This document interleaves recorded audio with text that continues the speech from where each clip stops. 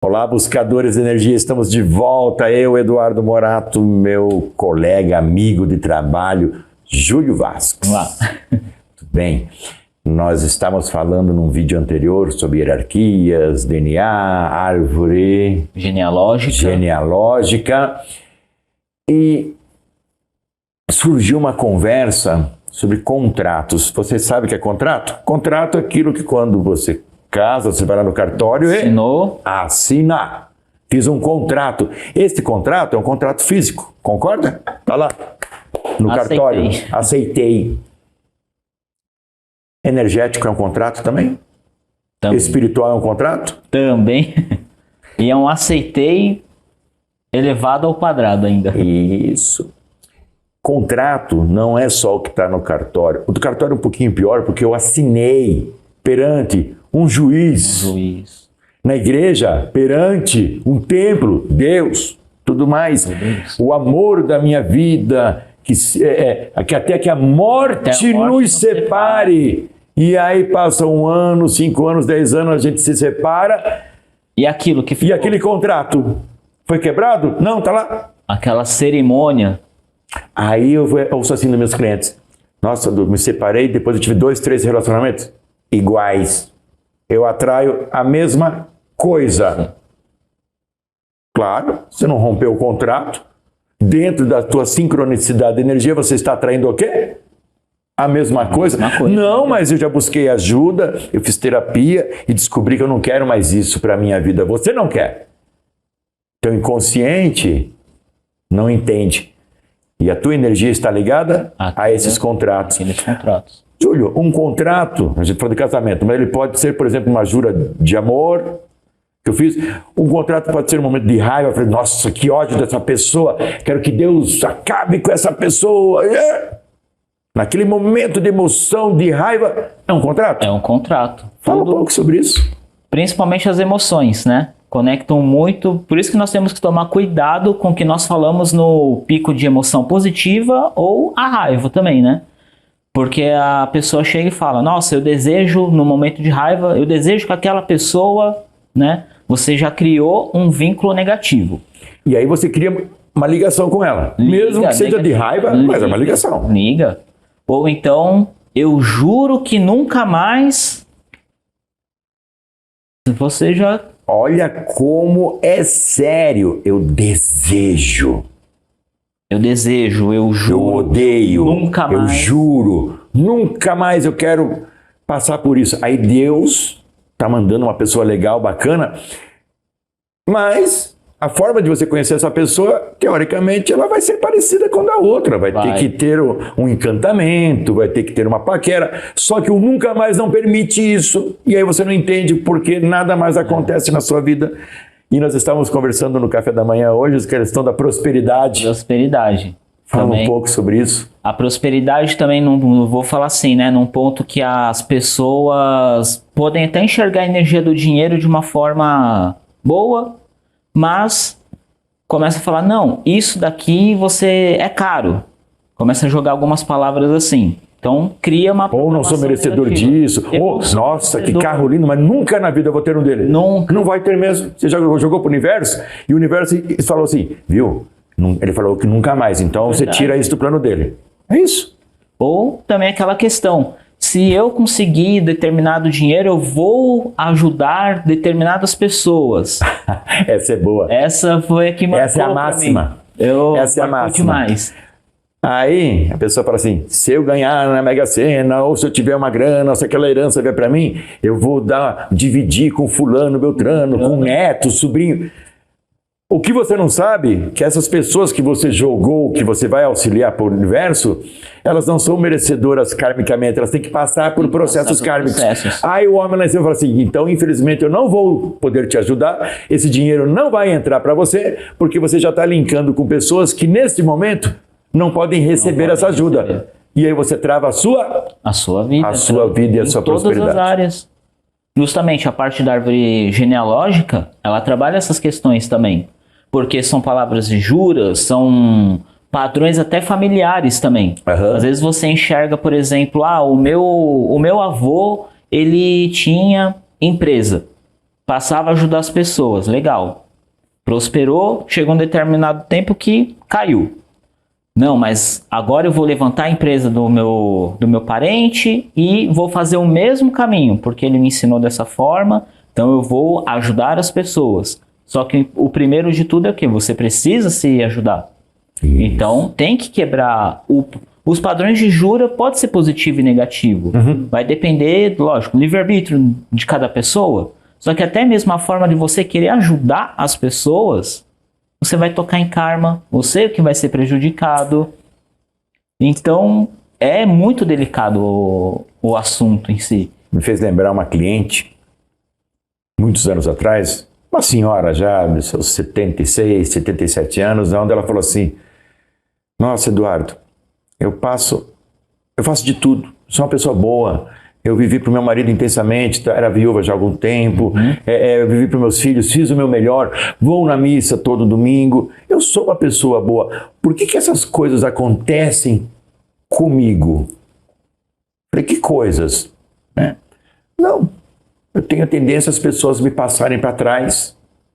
Né? Eu sou uma pessoa tão boa para todo mundo e eu atraio pessoas que me passam a perna, que me roubam, né? Que me colocam para baixo. Aí eu falei assim, com todo respeito, inclusive à sua idade, ser bom é uma coisa. Verdade. Ser bobo é outra. Eu posso ser uma pessoa espiritualizada, rezar, orar, mas eu tenho que usar minha inteligência emocional. Porque nesse caso dessa senhora, o que acontecia, Júlio? Ela achava que quanto mais ela se doasse essa bondade, mais o universo traria benefícios para ela. Entendi. Só que ao mesmo tempo ela dava uma abertura para que pessoas que abusassem dessa bondade é muito grande. Então as pessoas acham que somente ser bom não é dentro da lei da causa e efeito, isso volta. Não, a gente vive no planeta Terra. Aqui um quer passar a perna no outro, né? Então eu expliquei para ela o seguinte, que tá tudo certo ela ser boa, tudo, mas amor próprio, primeiro ela tinha que fazer por ela, primeiro ela tinha que estar bem por ela. Não, ela achava que primeiro o outro para depois ela. Não. Ou seja, a minha felicidade depende da felicidade dos meus filhos, do meu pai, da minha mãe, da minha esposa, do meu cachorro. Você tem noção dessa matemática? Quer dizer que quando tudo isso estiver bem, eu sou feliz?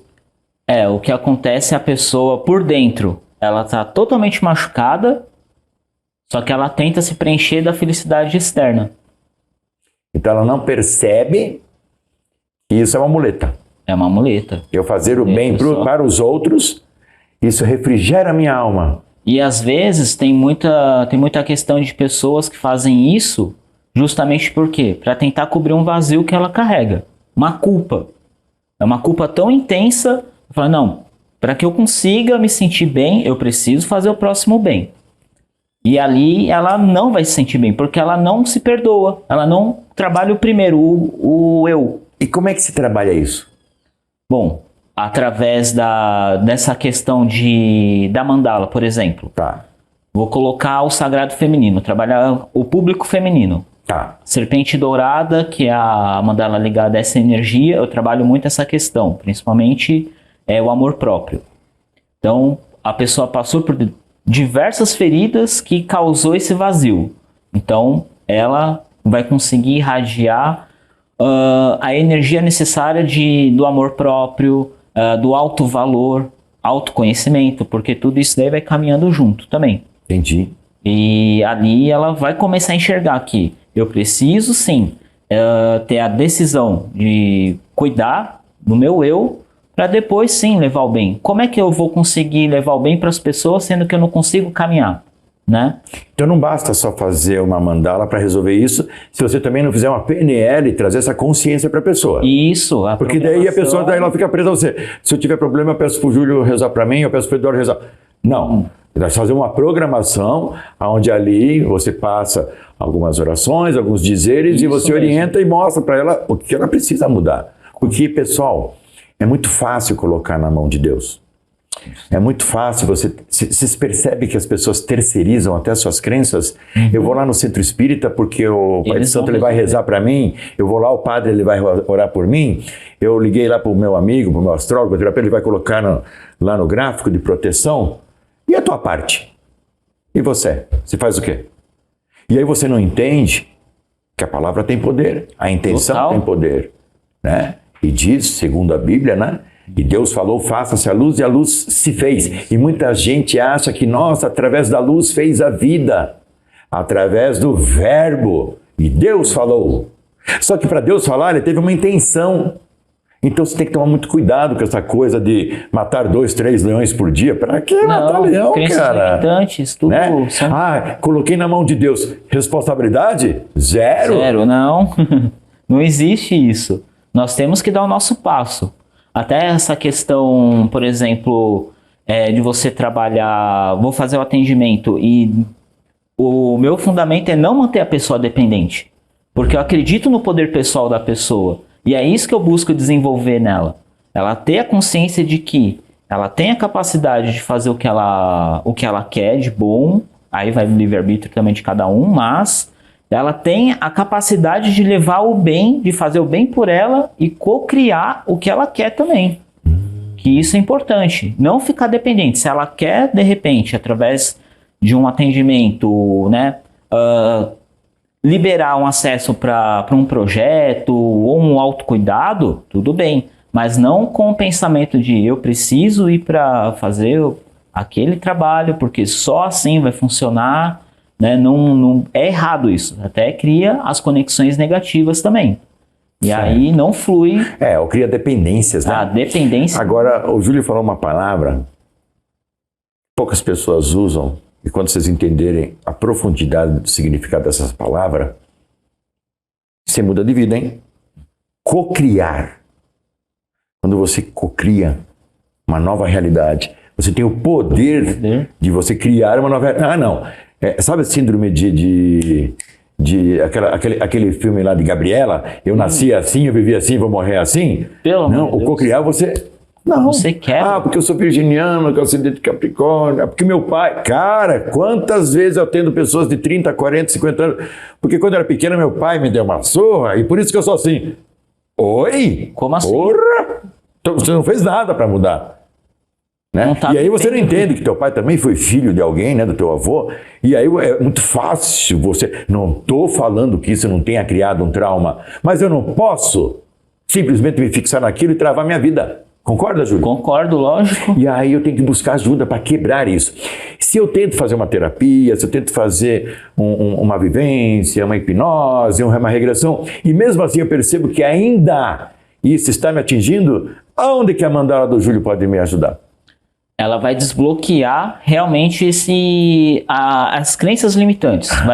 Ela vai atuar na raiz de cada um desses pontos e vai trazer para a pessoa a percepção da mudança. E isso daí, assim, não é da noite para o dia, mas vem os flashes para a pessoa.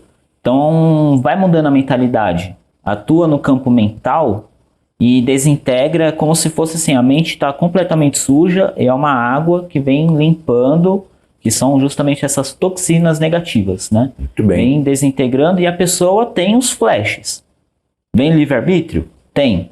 Mas a pessoa consegue conduzir o caminho de uma melhor forma, quebrando os padrões. Às vezes a pessoa é um pouquinho agressiva numa forma de se expressar, justamente falar, eu fui criado assim e pronto, mas acaba machucando outras pessoas ali. Ela tem uma sensibilidade aos poucos, em, poxa, eu agi dessa forma. Falei de forma grosseira, então vou mudar. E ali ela consegue fazer essa transição.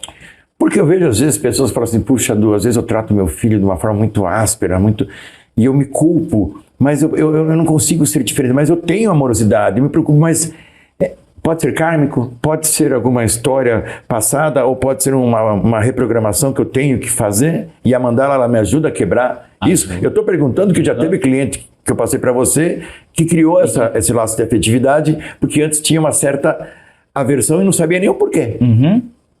Isso daí acontece também. Até os laços de criação, né? ela cria uma, como que eu posso falar? Um vínculo? Um vínculo, né? E conforme você vai limpando, a pessoa realmente tem essa aproximação, tem uma sensibilidade em conversar com, por exemplo, com o filho, com a filha, o modo de tratar, né? Toda essa parte muda. Agora vamos pensar assim, nós estamos falando de livre-arbítrio. Vamos falar que eu sou um pai, que estou preocupado com a minha filha, e ao mesmo tempo que por mais consciência que eu tenha que eu não posso interferir no livre-arbítrio dela, mas eu tenho uma preocupação com ela e eu quero o melhor para ela, certo? Eu posso contratar o Júlio para fazer um trabalho para minha filha à distância sem ela saber? Pode. Isso não tem problema. Caso, por exemplo, você possa ficar em sintonia, seria legal. É legal ter um vínculo. Certo. Ainda mais, por exemplo, que sejam o pai ou a mãe rezando, porque pedindo. isso não é manipulação. Eu estou irradiando o bem para ela. Amor, quebrar alguns padrões. E até mesmo, no caso, o intermediário, a pessoa, ela está quebrando até um vínculo kármico negativo, fazendo bem ali. O plano espiritual conduz de uma outra forma, né? Se a pessoa não pode, ela entrar em conexão e tem alguém que intermedia, ela está sendo utilizada pelo plano espiritual. Olha que legal você estar falando com um profissional. Você lidar com magia, com espiritualidade, com seres no plano invisível, com mestres, orixás, todas as linhas, com gente que está falando. Eu já vi no meu dia a dia pessoas que falam assim, o meu filho terminou o relacionamento com aquela namorada que eu gosto tanto dela e eu vou na igreja e rezo todo dia para eles voltarem. Isso é magia? Claro. A pessoa está dentro de um templo sagrado, não está respeitando o livre-arbítrio do filho, que já encerrou um relacionamento. Aquilo, cada um tem que seguir a sua vida, e a mãe, achando que está fazendo bem, está indo num lugar, ou isso quando ela não vai no centro espírita, né?